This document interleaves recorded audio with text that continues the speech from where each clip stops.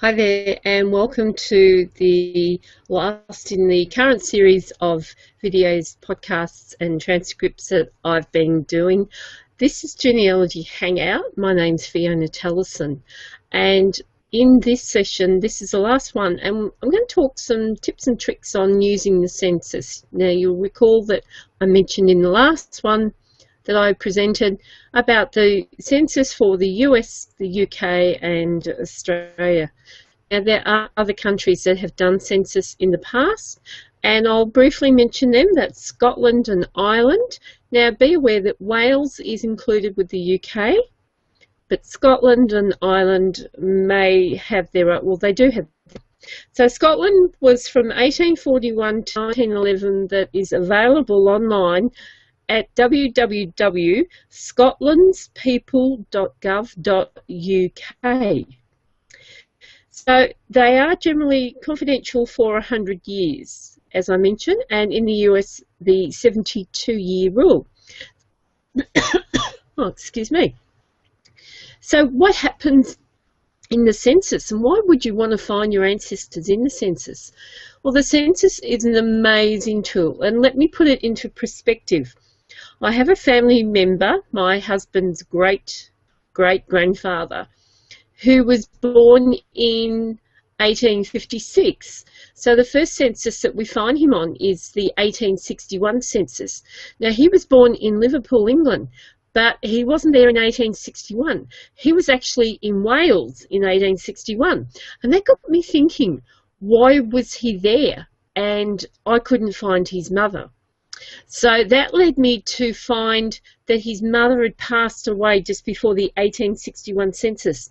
So I was able to get her death certificate and find the information on how she died, and that was very helpful. So that really punched down or knocked down a brick wall for me. So with genealogy and getting started, it's important that you have these tools, and they're readily available. Now, if you need help and further information with the census, do come and visit me at genealogyhangout.com. I have some very useful tips on using the census, and you will find it helpful. It's a small boutique group. It's a subscription site. For less than 1 cup of coffee per month, you can have access to some fantastic information. Now, I've done all the hard work for you. You don't have to work hard. And I like people to make use of the information that I've been able to put on the site. And of course, if there's any other information that you need, you can contact me. Reach out, please reach out to me. So for family history, some people feel that they don't know much about their families. So getting back to this particular person, I was able to track him until he died just before the 1901 census. And that was very empowering. It gave us a lot of information on his family, people that lived with the family, and in fact the person that he married was living with the family in the 1881 census. Now, I found that out through another family member, a distant cousin, and that led me to actually find the family, because I just couldn't find it really. I did find it online eventually through the person that lived with my husband's family, and I'm still searching for her family in earlier census, and I'm sure I have found them.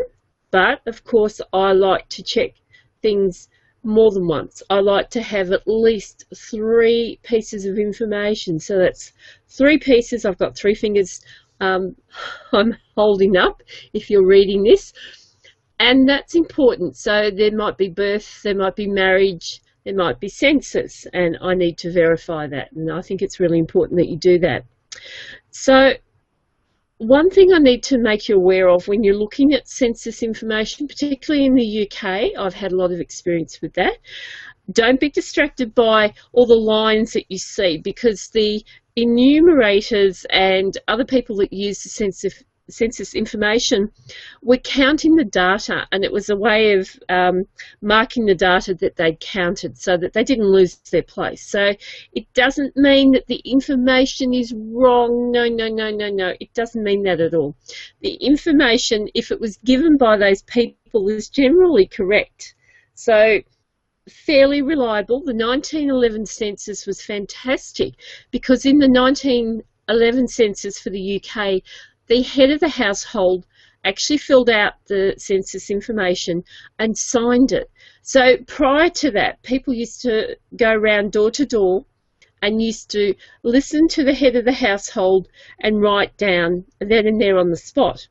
So the 1911 UK census was the first one that the household filled out, and consequently households filled them out from that time forward. So fantastic information. So there's some standard abbreviations, and I think it's really important that I cover it before this session finishes. You'll notice that the first name might be Smith, and obviously the next person might have been the wife. Normally it was the husband that was listed as the head of the house. Things have changed these days. And then there would be, for example, John Smith, Jane Smith, Bill Smith, Bob Smith. And rather than writing out Smith, the person would just write ditto or do, D-O. So if you see John Smith, Jane do, Bob do, Bill do, their name is not do. It's the same as Smith, okay? So very simple. And the names George, William and Elizabeth are abbreviated. So if you can't find the full name, G-E-O-R-G-E for George, try G-O, G-E-O. And for William, if you can't find William, try W-M. And for Elizabeth, it might be E-L-I-Z or just Liz. So a lot of names could be pet names as well. And be aware that if someone's missing from that particular census information, they might actually have not been at that household for that night. So they may be elsewhere. And that's happened to our family. I think it was in the 1901 census that the mother was someone else. And she was a midwife, so she may well have been doing a delivery for that night, or she may have just been staying with friends. We can only speculate for that information at the moment.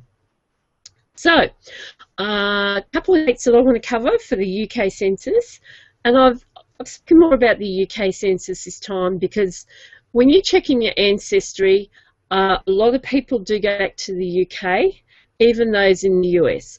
So, the 1841 census was taken on the 6th of June, the 1851 was taken on the 30th of March, the 1861 was taken on the 7th of April, 1871, 2nd of April, 1881 on the 3rd of April, 1891 on the 5th of April, 1901 was on the 31st of March, and 1911 was taken on the 2nd of April. So you can see that there's a bit of a pattern there now. So from around about 1861 was taken around the beginning of April. And the same with the US, they started being taken on the 1st of April. So I hope you've enjoyed this information. Remember, genealogyhangout.com. Get started. Don't put it off. Find your family history. Check your ancestry, and above all, have fun, and I'll see you soon. So thanks and bye for now. Cheers.